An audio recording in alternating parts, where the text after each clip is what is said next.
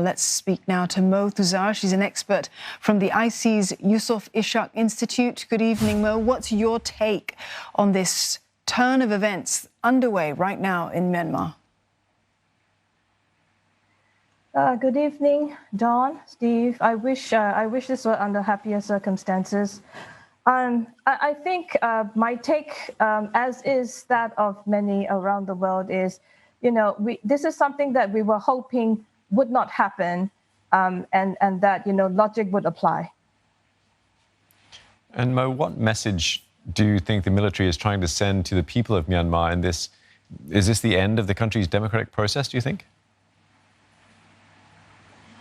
It does seem that announcing a state of emergency and taking the executive power into their hands signals that the democratic transition that was scoped by the military and set into motion since 2010 now seems to be somehow taken a different course or ended in the way that the military decides.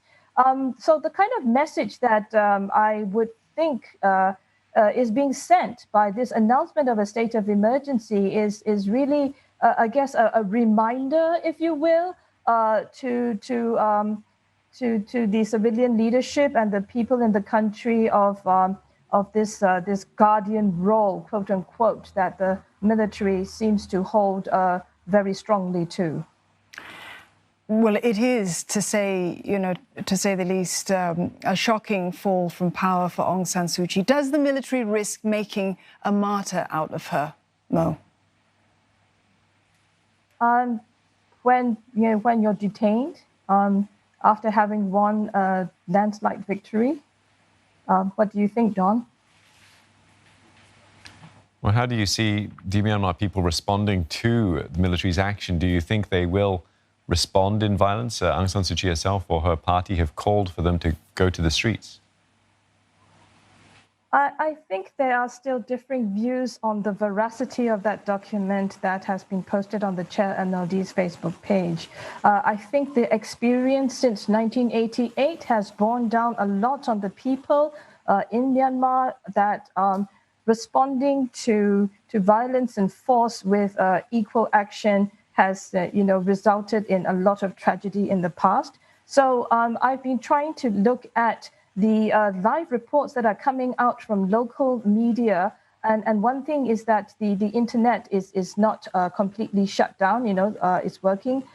So what I see is, apart from the kind of concern and maybe initial panic in the morning of people trying to stock up on provisions, draw money and so on the streets of Yangon, as far as I could see from these local news reports, are quiet. I think people are trying to stay indoors and not come out or engage in any activity that could be misconstrued otherwise as any action of provocation. And I think that is the kind of sentiment that is trying to prevail, that let's not try to, take them at their game. So again, the experience of 1988 and of course farther back from 1962, all of these have, I think, built into the psyche of the Myanmar people that, we are very different from those years and those kinds of situations. And, we're not totally disconnected or without access to information and the means to constructively use it. Mo, there are some who believe that this is the end of the political road for Ms. Suu Kyi. Do you believe that? And if so, who else has the same cachet, perhaps charisma, to lead in her place? Aung San Suu Kyi has committed to see through the democratization, the journey towards democracy as her lifelong goal. And as long as I think she continues to be in the leadership role for the National League for Democracy and provide that kind of rallying point around which I think people can still pin their hope. I think currently at this point, I do not see this as the end of the road. If anything, she has once again become the face of what needs to change in Myanmar and the whole transition journey. Moe, thank you very much for sharing your perspectives on today's developments in Myanmar. Thank you, Moe Dawn. Thuzar, there from the Myanmar Studies Programme at the ISEAS-Yusof Ishak Institute.